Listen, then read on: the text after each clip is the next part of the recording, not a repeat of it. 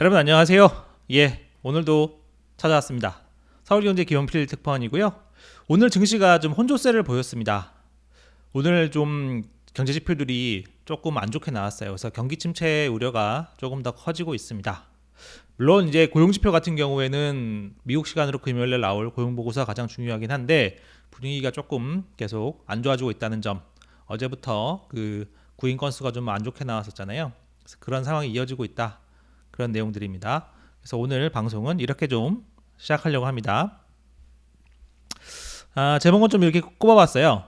미국의 민간 고용, 그 다음에 서비스업, 3월 서비스업이거든요. 이게 좀 빠르게 좀 둔화하고 있다. 그래서 이제 1분기 GDP 전망치가 1.5%까지 내려왔다. 지난달 뭐 중하순에도 뭐 3% 넘었었거든요. 근데 어느새 하다가 여기까지 내려왔습니다. 그래서 그런 내용들 같이 한번 보시도록 하시죠.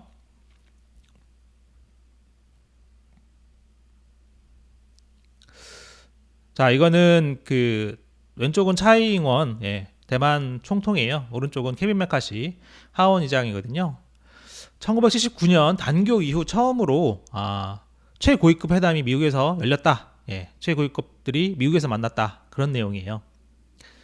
지난번에는 그 하원 의장 대만을 한번 갔었죠. 근데 이번에는 대만 총통이 미국에서 하원 의장을 만났다. 그런 내용입니다. 그래서 좀 미국과 중국 사이에 좀 긴장은 좀 높아질 것 같다. 그런 내용입니다. 참고하시면 될 것 같고요.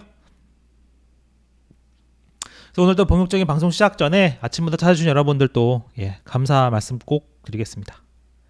빅보스님, 라멘트님, 별님, 맴맴님, 입큰 개구리님, 써니님, 김소영님, 누수의 달인 아빠손님, 라이언데디님, 내맘신쿵님, 김종옥님 오랜만에 뵙네요. 감사합니다. 한국은 봄비가 오는 모양이네요. 여기 미국은 오늘 좀 안개가 좀 많이 꼈습니다. 그렇고 그래서 오늘 본격적으로 또 방송을 한번 시작을 해보겠습니다. 오늘 이제 나스닥과 S&P는 하락했어요. 나스닥은 1% 넘게 빠졌거든요. 다우지수는 좀 상승했죠. 나스닥 보시면요, 오늘 그냥 계속 안 좋았습니다. 좀 바닥을 기었고 조금 그나마 낙폭을 많이 줄이긴 했어요. 그나마 좀 줄였습니다. S&P 500 맥을 보시면 오늘 뭐 전반적으로 기술주들도 안 좋았습니다. 애플, 마이크로소프트, 엔비디아, 아마존, 테슬라 안 좋았죠. 헬스케어 쪽은 좀 좋았어요. 다 헬스케어 이쪽 초록색이잖아요. 그래서 뭐 방어주 쪽에 좀 경기 방어주 쪽에 돈이 좀 몰린다 그런 얘기들이 있긴 합니다. 이 헬스케어 쪽이 좀 초록색이었다, 좋았다는 점. 기술주는 안 좋았고 테슬라도 3% 넘게 빠졌다. 그런 내용 보시면 될 것 같아요. 오늘 이제 경제지표 좀 안 좋게 나오면서 좀 국채금리가 좀 많이 하락했습니다. 오늘 경제지표가 안 좋았던 게 두 가지가 있어요. 기본적으로는 ADP 민간고용 거기서 한 번 맞았고, 그 다음에 두 번째로는 ISM 3월 서비스업 거기서 또 한 번 맞았습니다. 그래서 오늘 두 차례 이렇게 N자 모양으로 번개 모양으로 국채금리가 하락했어요. 그런 내용 보시면 좋을 것 같고요. 오늘 반도체 주식도 경기 둔화 전망이 하락했다.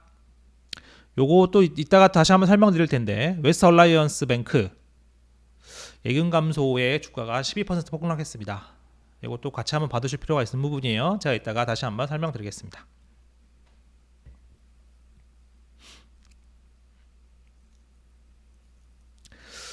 그래서 이제 오늘 두 가지 주요 자료주 중에 ADP 민간 고용 먼저 한번 같이 한번 보시죠.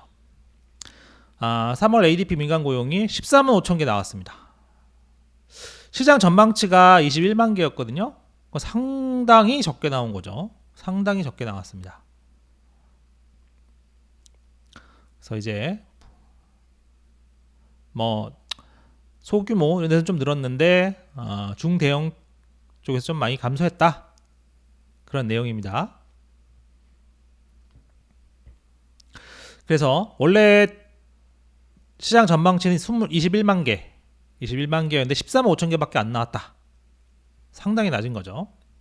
그래서 뭐 1분기 전체로 보면 뭐 분기 월 평균이 17만 5천 개 정도다.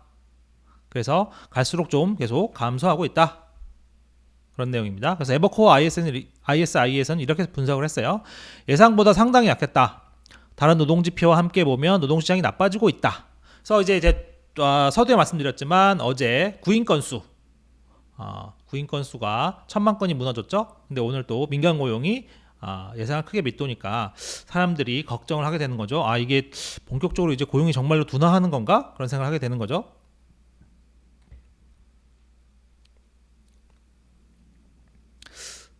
근데 이제 어쨌든 ADP 자료는 그동안 조금 오차가 많이 컸어요. 사실은 이제 ADP가 항상 그 고용 보고서 비농업 일자리보다 며칠 전에 나오기 때문에 항상 사람들이 주목을 했었는데 이제 코로나 이후로는 신뢰도가 많이 떨어졌습니다. 그래서 뭐 이제 스탠퍼드 대랑도 같이 하고 뭐 좀 수치도 바꿔보고 뭐 했는데 그럼에도 여전히 조금 차이가 좀 많이 커요. 그래서 좀 이게 고용 보고서가 제일 중요하긴 하잖아요. 그러니까 이제 어쨌든 사람들이 그런 생각을 하긴 하는 거죠. 고용보고서 가장 중요하니까 고용보고서를 봐야 되겠다.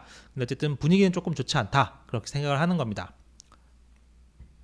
작년 같은 경우에도 ADP가 고용보고서 평균보다 10만 건 항상 적게 나왔다. 편차가 좀 상당히 커요. 그러면서 좀 이제 어제 이런 일이 있었기 때문에 오늘 사람들이 좀 이렇게 걱정을 더 많이 한 겁니다. 사실 ADP 자체만 놓고 봤으면 오늘 ADP가 좀 많이 적게 나왔다 그래도 그동안 좀 틀린 것들이 있었기 때문에 그렇게 반응 많이 안 했을 거예요. 근데 어제 구인 건수가 상당히 좀 적게 나오다 보니까 생각보다 적게 나오다 보니까 어제 오늘 하다 보니 그래서 국채 금리가 막 떨어지고 주가도 떨어졌다. 원투펀치 때문에 이렇게 된 거다. 이렇게 생각하시면 될 것 같아요.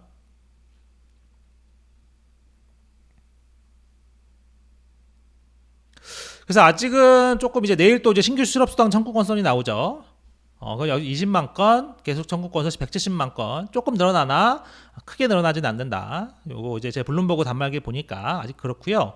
3월 비농업 일자리 전망치도 여전히 24만 개, 뭐 최대는 30만 개까지 나오니까 24만 개면 여전히 강하다고 보긴 해야 됩니다. 물론 숫자 정말 이렇게 나올지는 좀 별개의 얘기입니다만 어쨌든 24만 개 나오고 있고요. 실업률이 3.6%니까 3.6% 나오면 노동시장은 여전히 강하다고 볼 수는 있겠죠. 물론 둔화의 움직임이 시작됐으나 확실히 본격적인 둔화 움직임이 시작됐으나 여전히 강하긴 하다.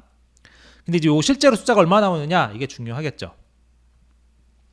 근데 여기서 제가 이제 원투펀치를 맞았다고 다소 말씀드리는 게 어제 오늘 두 가지가 있었고 오늘 내에서도 민간 고용 그다음에 ISM 서비스 지수 두 개가 중요하다고 말씀드렸잖아요.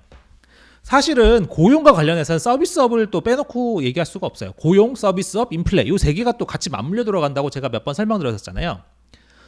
그러니까 이제 서비스업이 좋다 보니까 사람을 더 뽑아야 되고, 그러니까 고용이 좋은 거죠. 그러니까 또 이제 인플레이션은 계속 진행되는 거고, 소비도 계속되는 거고, 수요도 계속 있는 거고요. 그러니까 세 개가 맞물려 들어갔었습니다. 그러니까 고용, 서비스업, 인플레 세 개가 맞물려 들어갔었거든요. 근데 오늘 ISM의 서비스업 지수를 보니까 서비스업이 생각보다 또 둔화한다 이런 자료가 나온 거예요. 예상은 54.4를 예상했는데 51.2가 나왔습니다. 물론 50을 넘으면 확장하는 거긴 해요. 같이 한번 보시죠. 여기 보시면 예상은 54.4였는데 51.2가 나왔어요. 51.2가 나왔어요. 2월은 55.1이었거든요. 그러니까 좀 많이 하락했죠. 50을 넘으면 확장하고 있는 거긴 합니다. 하지만 그 예상보다 상당히 낮았기 때문에 이게 둔화 속도가 좀 예사롭지 않다 이런 생각을 하게 되는 거죠. 추가로 보시면 신규 주문 이거는 좀 많이 떨어졌어요. 10.4포인트. 고용지수도 떨어지고요. 이러니까 서비스업도 약간 원래 그동안 계속 걱정했던 게 서비스업이지 않습니까? 서비스업 인플레가 강하고 서비스업 고용이 강하고 서비스업 업황도 좋고 그러니까 이걸 계속 걱정을 했는데 서비스업도 조금씩 안 좋아지네. 그러니까 전반적으로 경기가 둔화하나 보다. 이거 걱정인데 이런 생각이 들게 되는 거죠. 왜냐하면 어제도 설명드렸지만 여기서 발을 조금만 잘못 디디면 바로 경기 침체로 가기 때문에 그렇습니다. 그리고 추가로 말씀드리면 오늘 S&P도 3월 PMI 최종치를 내놨는데 그것도 좀 하향 조정됐어요. 근데 제가 한번 말씀드렸지만 월가에서는 S&P 거보다는 ISM을 더 정확하다고 보고 더 많이 신뢰합니다. 그래서 이제 ISM 수치가 생각보다 적게 나오니까 오늘 추가적으로 시장이 흔들린 거예요.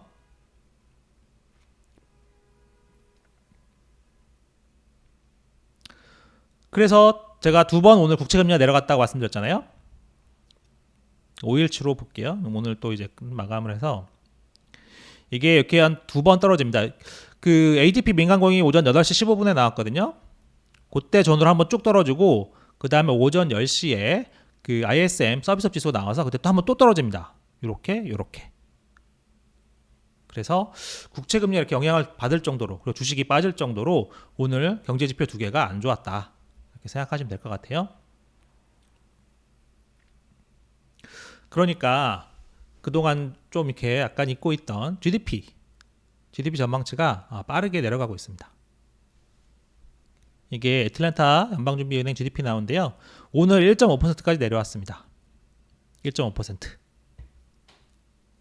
제가 이게 적어놨는데 물론 이제 중간중간에 좀 더 오르내림이 있긴 해요. 근데 지난달 24일 얼마 안 됐어요. 뭐 열흘 좀 더 전에 그때 3.2%였거든요. 근데 이달 초에 1.7%를 거쳐서 오늘은 1.5%까지 내려온 거예요. 그러니까 쭉쭉쭉 내려오고 있는 거죠. 반토막 정도 되는 거죠. 아니 뭐 열흘 조금 더 지난 사이에 반토막 정도 난 겁니다. 그러니까 이렇게 되는 거면 1분기가 그나마 좀 제일 좋을 거라고 좀 생각이 들잖아요. 2분기 이후로 갈수록 좀 계속 더 둔화한다는 게 대체적인 생각이고 피할 수 없는 부분이긴 한데, 왜냐하면 후반기로 가면 또 지역은행들 이번에 예금 빠져나가고 하면서 대출 줄이는 게 후반기 가면 확실히 또 드러날 거거든요.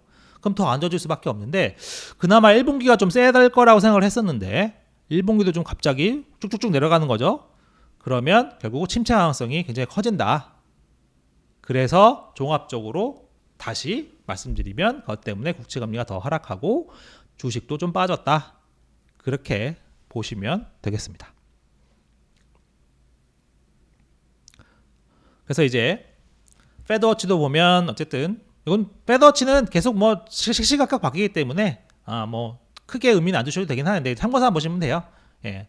어쨌든 제가 이제 오후 기준으로 보면 동결 확률이 좀 더 높아졌다는 거, 그리고 이렇게 침체 가능성이 높아지다 보니까 연말에 기준금리 인하 얘기가 계속 나온다는 겁니다. 하나 더 봐두실 게, 오늘 뭐 이렇게 혼태 인베스트먼트 월세저널에서 오늘 뭐 이렇게 라이브 방송이 좀 있었거든요. 그래서 이제 금리 관한 뭐 전망 이런 게 있었는데 이분은 내년 말까지 금리가 제로로 다시 갈 거다, 이렇게 예상하기도 했어요. 참고 삼아 봐두시면 좋을 것 같아요. 참고 삼아 이렇게 간다고 보는 건 약간 별개 문제고, 어쨌든 이렇게 말하는 사람들이 생겼다. 지금 내년 말까지 제로로 다시 간다, 그렇게 얘기한다는 사람도 있다. 하지만 이제 제가 어제도 말씀드렸잖아요. 오늘도 결국은 비슷합니다. 오늘 ADP 민간 고용, 그다음에 ISM 3월 서비스업, 뭐 둘 다 의미는 있지만 전체적인 이 그 연준의 그 큰 항공모함이거든요. 이거의 틀을 바꾸려면 이 정도가 좀 부족하다. 핵심은 결국은 이제 5월 FOMC 전까지 고용보고서, 그다음에 CPI 더 봐야 되거든요. 당장 이번 주 금요일에 고용보고서를 봐야죠. 고용은 결국 민간 고용 뭐 이런 거 다 해도 고용보고서가 가장 중요합니다. 그래서 고용보고서를 봐야 되고, 물가는 아무래도 CPI가 먼저 나오기 때문에 이달 말에 물론 이제 PC도 나오겠지만 CPI를 보면 흐름을 좀 알 수 있겠죠. 이제 고용보고서 CPI를 봐야 된다. 그래서 이걸 봐야 결국 5월에 동결할 건지 3월 FOMC에서 제시한 대로 0.25 더 올릴 건지 알 수 있겠다. 그게 제가 판단하는 바고요. 전문가들도 그렇게 보는 사람들이 있습니다. 커메리카 뱅크도 결국은 자료를 다 봐야 CPI를, 예를 들면은 고용보고서가 뭐 조금 생각보다 덜 나오더라도 CPI가 예상을 뛰어넘으면 결국은 인상할 수밖에 없을 것이다. 그러니까 결국은 연준 입장에서는 고용도 둔화해야 하지만 근원 인플레도 좀 결국 낮아져야 된다, 이런 얘기예요. 결국은 고용 둔화를 바랬던 거는 근원 인플레를 낮추기 위해서 그런 측면도 있거든요. 예. 초근원 서비스 이걸 낮추려면 결국은 노동시장이 둔화해야 된다, 이렇게 봤기 때문에 노동시장은 조금씩 둔화하고 있으니까 어쨌든 근원 서비스 그리고 근원 물가가 조금 더 낮아질 필요는 있겠다. 그런 생각을 감안하면 CPI 결과에 따라서는 0.25로 계속 할 수도 있다. 그게 3월 FOMC에서 제시한 거기도 하죠. 그리고 추가로 좀 더 봐야 되는 게 결국은 3월 PC도 봐야 되고, 이 ECI 지수, 이게 파월을 중요시하게 보는 지수입니다. ECI 고용비용 지수, 이거를 보면 이제 임금 인플레 부분을 좀 잘 나타나거든요. 그러니까 ECI를 이게 28일 나옵니다. 그러니까 ECI를 좀 더 보고 싶어 할 거다, 그런 생각이 듭니다. 물론 이제 고용보고서 CPI 보면 대충 가닥은 잡힐 거예요.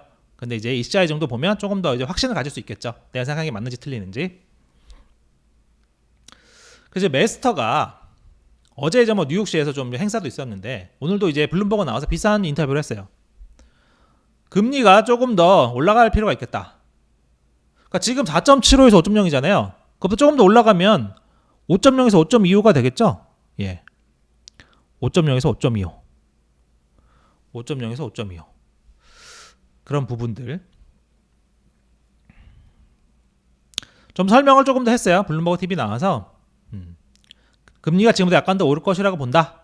그런 얘기 했고, 개인적인 예측은 인플레이션 낮추는데 시간이 조금 더 걸릴 거다. 그런 말도 했어요. 그러면 이제 어제도 그런 얘기 했거든요. 결과적으로는 5% 이상 올려야 된다. 그리고 한동안 이를 유지해야 된다. 뭐 그런 얘기 했죠. 그러니까 오늘 아침에 블룸버그 인터뷰는 ADP 민간 고용 나오고 그럴 그때쯤에서 인터뷰를 했었어요. 아침에 했었는데 어쨌든 뭐 ADP 자료 같은 거는 다 봤을 테니까 그럼에도 어쨌든 조금 더 올려야 된다 이런 얘기를 한 거죠. 메스터는.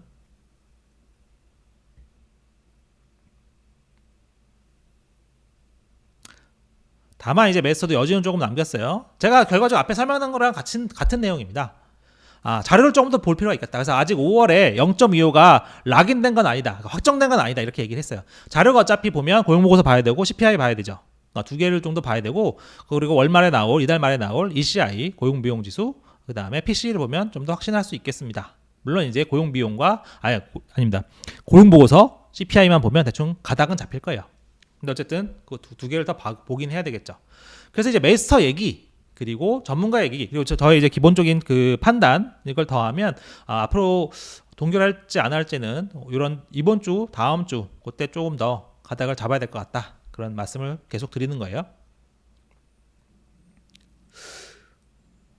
또 하나 봐야 되는 게 경기 둔화 우려 계속 좀 어제 오늘 나오고 있죠. 그리고 이제 어제 이제 그 제이미 다이먼이 지역은행 위기가 뭐 수년 갈 수 있다 또 이렇게 얘기를 했잖아요. 근데 오늘 또 이제 웨스턴 얼라이언스 뱅크라고 지역은행이 있습니다. 여기서 좀 문제가 하나 좀 생겼어요. 같이 한번 보실게요. 이게 웨스턴 얼라이언스 뱅크 홈페이지입니다. 이런 거를 올렸어요. 이제 1분기가 끝났으니까 여기도 이제 상장사니까요. 어닝 발표일을 공지했어요. 18일 한다고 해요. 그리고 18일 날 장마감후에 어닝을 발표하고 19일에 컨퍼런스 콜을 한다고 해요. 그래서 그거 이제 일정을 내놓은 거죠. 18일에 우리 할 거야. 뭐 컨퍼런스 콜 그다음에 웹캐스트 뭐 이런 거 할게 이렇게 얘기를 했어요. 그래서 어쩌고저쩌고 본사는 피닉스에 있습니다. 하면서 좀 눈치가 보이잖아요. 최근에 뭐 안 그래도 계속 뭐 이렇게 뭐 이슈들이 많고 이렇게 하니까 몇 가지 자료를 오늘 공개를 했습니다. 그러면서 뭐 이제 예금 보험되는 예금 보험 한도 뭐 2만 달러죠. 그거를 그 한도의 그 아래에 있는 예금들 비중이 뭐 높다 뭐 그런 거랑 유동성 뭐 많다. 유동성 우리가 많아서 유동성만으로도 비보험 예금을 다 커버할 수 있다. 그리고 뭐 자본 비율 뭐 나쁘지 않다. 그리고 채권 만기 때까지 보유하는 채권 뭐 줄였다 뭐 이런 얘기를 오늘 공개를 좀 했어요. 이 정도면 될 줄 알았던 거죠. 근데 제가 한번 전에 방송에서 말씀드린 적이 있는데 뱅크런 나고 좀 이렇게 상황이 어려워지는 은행들은 정보를 공개하는 게 좋을 수도 있고 나쁠 수도 있어요. 좋을 수도 있고 나쁠 수도 있어요. 공개했는데 또 공개했다고 그래가지고 야 이거 니네 생각보다 안 좋네. 더 급락할 수도 있고 더 뱅크런이 더 일어날 수도 있고요. 공개 안 하면 안 하는 대로 뭐가 있나 보다 이렇게 해서 많이 빠지거든요. 근데 오늘 웨스트 얼라이언스 뱅크는 요거 정도 공개했어요. 보면 여러분들 아시겠지만 선택적으로 공개한 거예요. 선택적으로. 제가 여기 정리해놨지만 예금보험 한도 대 예금 비율 그 다음에 유동성 뭐 그 다음에 자본 비율 뭐 이렇게 얘기했어요. 중요한 거 어느 정도 다 있다고 생각을 할 수도 있지만 가장 중요한 게 없는 거예요. 뱅크런이 얼마 일어났느냐 이게 없는 거예요. 예금이 얼마 빠졌는지 그게 없는 거예요. 사람들이 바보가 아니잖아요. 그러니까 이제 왜 예금 잔해를 공개 안 했을까? 다른 거 다 공개하면서 뭔가 좀 그 단점이 되고 좀 말하기 그러니까 공개를 안 했겠죠. 실제로 나중에 보면 아시겠지만 그러니까 뭐가 있나 보다 해서 오늘 주가가 막 거의 10% 19%까지 빠졌었어요. 선택적 자료 공개가 불러온 결과이긴 한데, 물론 처음부터 공개했다고 해서 19%까지 안 갈 수 있었겠느냐? 그건 약간 별개의 문제입니다. 이거는 뭐 제가 말씀드리지만 이렇게 한번 어려움이 닥치면 공개해도 빠지고 안 공개해도 빠지고 뭐 답이 없습니다. 아마. 주가가 너무 많이 빠지니까 웨스턴 얼라이언스가 결국 항복했어요. 오후에 공개를 했어요. 1분기 말 예금 잔액이 476억 달러로 3개월 만에 11% 빠졌다. 공개했어요. 근데 그나마 조금 낮았습니다. 그나마 조금 낮았어요. 주가를 같이 한번 보실게요.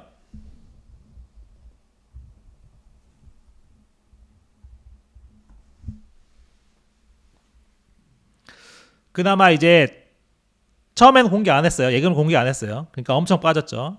그러다가 우리 실제로는 11% 빠졌어. 그러니까 조금 올라갔습니다. 올라갔어요. 좀 올라갔어요. 그럼에도 다시 11%는 적은 거야? 적은 건 아니죠. 예금이 11% 빠졌으면 얼마나 타격이 크겠습니까? 근데 물론 시장에서는 공개를 안 하니까 얘네 마이너스 15%야 이렇게 얘기하는 사람도 있었어요. 웨드부시가 이렇게 봤었거든요. 근데 그것보다는 괜찮았죠. 그러니까 조금 낙폭을 줄이긴 했습니다. 근데 그럼에도 주가는 마이너스 12% 빠졌죠. 왜냐하면 예금이 11% 빠져나갔으면 그걸 언제 다시 메우겠습니까? 메울 수 있다고 하더라도 최소한 예금 금리를 훨씬 많이 줘야 되겠죠. 예금 금리 많이 주면 어떻게 된다고요? 수익성이 급락합니다. 수익성이 급락하면 나중에 결국은 자본 비율이 안 좋아질 수밖에 없어요. 지금 또 경기가 계속 둔화하잖아요. 그럼 또 부실대출 생기고 이런단 말이죠. 부실대출 생기는데 돈은 못 벌어. 그럼 뭐 충당금 더 싸고 뭐 이렇게 손실 처리도 해야 되는데 그럼 자본 비율 뚝뚝 떨어지죠. 그럼 안 그래도 안 좋은 은행이라 소문이 났는데 증자가 제대로 되겠습니까? 증자도 안 돼요. 그럼 뭐 증자하려면 또 난리 쳐야 됩니다. 그리고 예금도 뭐 금리 많이 줘야 돼요. 근데 또 여러분들 재밌는 게 뭔지 아세요? 금리 많이 주면 금리 많이 준다고 또 소문이 나요. 그러겠죠. 문제가 없는 은행은 금리를 조금밖에 안 줘도 됩니다. 왜냐면 뭐 안전하고 하니까 난 돈이 많고 하니까 금리 조금밖에 안 줘도 돼요. 근데 이제 코너에 몰린 은행들은 금리를 많이 줘야 돼요. 당장. 예를 들면 다른 은행이 뭐 4% 준다. 그럼 우리는 5%, 6% 줘야 돼요. 그래야 사람들을 끌어당길 수 있으니까. 근데 또 그게 또 독이 되기도 합니다. 거꾸로 소문이 나는 거죠. 야, 어느 은행 6% 준대. 그럼 걔네 이상한 거야. 걔네 문제가 있어. 이렇게 또 찍히는 낙인 효과가 생기거든요. 그러니까 이러지 저러지도 못하는 상황이 막 생깁니다. 그래서 제가 자꾸 말씀드리는 게 한번 뱅크런이 터지면 이게 두고두고 멍해가 돼요. 이게 굉장히 고약합니다. 그래서 이거 제가 좀 장기로 봐야 된다고 자꾸 말씀드리는 게 그런 것 때문이에요. 그래서 제가 몇 번 설명드렸었지만 앞으로 뭐 상장사 같은 경우에 그리고 어쨌든 상장사가 아니더라도 분기별로 반기별로 어차피 뭐 그 FDIC나 연준자료를 통해서 공개가 또 되니까 상황이 지역은행은 앞으로 계속 분기 실적 발표 그리고 뭐 반기 뭐 이럴 때마다 예금 잔액 얼마냐 수익성 얼마냐 그리고 자본 얼마냐 이런 것 때문에 계속 그다 앞으로 시달릴 수 있습니다. 그때마다 주가가 흔들릴 수 있고요. 사람들의 심리가 나빠질 수 있습니다. 그래서 이 부분이 계속 오래 간다 제가 말씀드리는 거예요. 그러니까 이제 대충 이해가 되셨을 거라고 생각이 들고요. 그리고 이제 WTO는 올해 상품 교역 양이 좀 줄어들 거다. 상품 교역량이 줄어들면 당연히 뭐 소비도 줄어든다는 얘기고 뭐 판매도 줄어든다는 얘기니까 성장률도 낮아진다 그렇게 생각하시면 되겠죠. 교역량 준다는 건 수출입이 줄어든다는 얘기니까요. 하나 보실 거는 벌써 이제 다음 주 말이 되는 건데 14일부터 분기 또 어닝 시즌이 시작됩니다. 대형은행으로 중심으로 시작되거든요. 대형은행은 어차피 이번에는 뱅크런이 없었고 뭐 상대적인 뭐 효과를 누릴 수도 있었을 거예요. 그래서 뭐 대형은행이 어떻게 될지 또 근데 세부적으로 보긴 해야 되겠죠. 보긴 해야 되나 뱅크런 없었기 때문에 세부적으로 보긴 해야죠. 그럼에도 이제 어닝 시즌이 시작된다는 점 이 부분이 중요하겠습니다. 그래서 이제 어닝들 그동안 제가 한번 말씀드렸잖아요. 블룸버그에서 그렇게 보기도 했었는데 애널리스트들이 어닝 전망치를 크게 안 낮추고 있다. 이거 아마 잘 몰라서 그런 것 같다. 올해 어떻게 될지 몰라서 그런 것 같다. 그런 얘기도 있었지만 어쨌든 이번 어닝 시즌 거치면서 올해 뭐 EPS나 뭐 전망치 같은 거를 수정을 하겠죠. 1분기가 나오면 그거 가지고 또 바탕을 가지고 또 이제 각종 해당 업체에서 올해 전방치 뭐 그런 거 가이던스 다 내놓을 테니까 그걸 바탕으로 또 수정을 하겠죠. 그러니까 이게 얼마 바뀌느냐, 얼마 떨어지느냐 이게 현재 이슈입니다. 시장에서는 조금 많이 떨어질 거라고 보는 사람들도 많이 있습니다. 뭐 바이탈 알리지, 기획화 감소를 예상한다. 뭐 울프 리서치 이런 데들도 경제가 상당히 둔화하고 있다는 점도 이제 어닝 시즌에서 나타날 거다. 그래서 올해 침체를 예상하고 있다. 어닝에서도 그런 침체를 예상할 수 있는 부분이 나타날 수 있을 것이다. 그렇게 얘기하고 있습니다. 그리고 금은 더 올라갈 수 있다. 그런 얘기들도 있고요. 이거는 제가 이제 블룸버그 단말기에서 가져온 거니까 나중에 참고삼아 보시면 좋을 것 같아요. 최대 고용보고서 관련 내용이거든요. 최고 30만, 뭐 최저 15만. 예상 수가 한 68개 정도 된다는 거, 뭐 그 정도 보시면 될 것 같고요. 그다음에 뭐 채권, 뭐 ETF, 그다음에 뭐 MMF, 머니마켓 돈 들어간다는 거. 그리고 뭐 이제 뭐 MMF랑 뭐 이렇게 뭐 그 영래포 이렇게 있긴 한데, 그거는 그냥 참고삼아 보시면 될 것 같아요. 뭐 굳이 거기까지는 안 들어가도 될 것 같습니다. 방어주 얘기들이 있고요. 이거는 조금 보시면 좋을 것 같은데, 퍼스트 리퍼블릭 뱅크 있잖아요. 공동예금 받긴 했지만 상당히 그 리스크가 큰 은행이죠. 거의 뭐 그 은행이 넘어가냐 마느냐 그런 상황인데, 개인 투자자들이 올해 들어서 2억 달러 순매수를 했다고 합니다. 그러니까 이게 뭐 뱅크 오브 아메리카 이런 좀 대형 은행들도 많이 샀다고는 해요. 근데 뭐 그 정도까지는 뭐 제가 이해는 합니다. 왜냐면 뭐 대마불사기도 하고 뱅크런이 없었기도 하고 그러니까요. 근데 이제 퍼스트 리퍼블릭 뱅크에 2억 달러 순매수했다, 이런 거는 제 생각에는 조금 리스크가 좀 큰 것 같아요. 지역은행에 이렇게 조금 많이 들어가는 거는 조금 실제로 유동성이 너무 많은가 그런 생각이 들기도 하면서 조금 너무 리스크를 많이 지려고 한다. 좀 욕심이 조금 과한 거 아닌가. 왜냐하면 퍼스트 리퍼블릭 뱅크 이런 데는 한번 특히 퍼스트 리퍼블릭 뱅크는 완전히 한번 크게 당했기 때문에 이거는 웬만해서는 회복이 쉽지 않아요. 이거 다시 예전처럼 회복이 쉽지 않아요.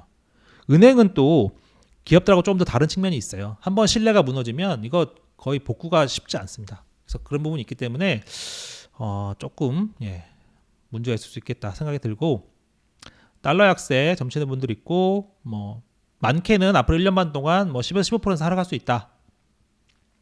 금리 인상 부분은 거의 끝났고, 뭐 이제 뭐 침체에 나올 수 있어서 금리 인하 예상되기 때문이다. 그런 내용들이죠. 근데 이제 메스터나 연준 위원들 입장에서는 당분간 금리 인하 없다 이렇게 얘기하고 있는 부분이 있으니까, 그런 금리 인하 부분은 결국 달러 그리고 국채 금리 이런 부분 다 연결이 되니까 그걸 같이 보셔야 돼요. 금리 전망이 달라지면 당연히 달러 전망도 달라질 테고 국채 전망도 조금씩 달라질 수 있겠죠. 그러니까 그걸 같이 세 개를 이렇게 다 묶어서 같이 보실 필요가 있겠습니다. 그리고 앞에서 보여드렸던 부분, 대만 총통 방문 부분이 있는데, 이거는 그냥 참고삼아 어차피 이제 미국 시장 같은 거 같이 보시니까 요 그림이 좀 잘 나와 있어서 제가 참고삼아 한번 가져왔어요. 이게 보면 미국 사람들이 생각하는 거예요. 그러니까 이제 사실은 여기 많이 보셨을 수도 있는데 중국군 이게 뭐 이게 수도고 주요 이제 그 밀리터리 헤드쿼터 부서 뭐 군부대에 있는 곳들 뭐 이런 건데, 여기 보면 이게 오키나와 기지고 이게 대만이고 일본 기지들, 그래서 한국에 이제 주한미군 기지들 있잖아요. 요거를 한번 같이 보시면 좋을 것 같아서 제가 가져왔어요. 그럴 일이 일어나면 안 되고 가능성도 적지만 어쨌든 미중 갈등 부분이 물리적 충돌로 이어지면 한국 부분도 절대 예외는 아니다. 그리고 제가 추가로 그냥 이건 뭐 다른 얘기인데 하나 더 말씀드리면, 어쨌든 이제 미국 사람들 어떤 생각을 하냐면 그런 생각들을 많이 해요. 자기들이 항해 자유 이런 걸 하면서 그 중국뿐만 아니라 전 세계 국가들이 모두 혜택을 보고 있다. 그러니까 쉽게 얘기하면 해적 이런 것 다 때려잡고, 그리고 특정 국가가 이런 항로를 막는 거를 막지 못하게 하기 때문에 모든 나라가 혜택을 보고 있다, 이런 생각도 하긴 해요. 한국 입장에서도 예를 들면 중국이 여기 대만 앞뒤로 여기 막아버리면 원유 수입이 안 되잖아요. 그러면 한국은 몇 달 안에 바로 맛이 갈 수 있죠. 근데 수출입도 안 되고 그런 부분들 있다는 거 간단하게 말씀드리고요. 이거는 이제 그런 상황입니다. 지금 새로 시장에 들어온 사람인 꼬마 아이인데 월스트리트 배치에서 조언 듣고 가면 예, 바다에 빠진다는 거죠. 예, 많이 망할 수 있다. 뭐 그런 얘기입니다. 그래서 어쨌든 계속 좀 안팎으로 지정학적 위기도 좀 계속 이어지고 있고 미국도 이제 지역은행 부분도 계속 이어지고 있으니까 조금씩 조금 조심하면서 가야 될 것 같아요. 거시지표 관련 부분은 결국 이번 주 미국 시간 금요일에 고용 보고서, 다음 주 수요일에 있을 CPI 이게 조금 중요하겠습니다. 그래서 이번 주도 계속 좀 조심스럽게 접근해야 될 것 같습니다. 오늘 준비한 내용은 이 정도고요. 혹시 궁금하신 점 있으시면 제가 말씀드릴 수 있는 부분 말씀드리도록 하겠습니다.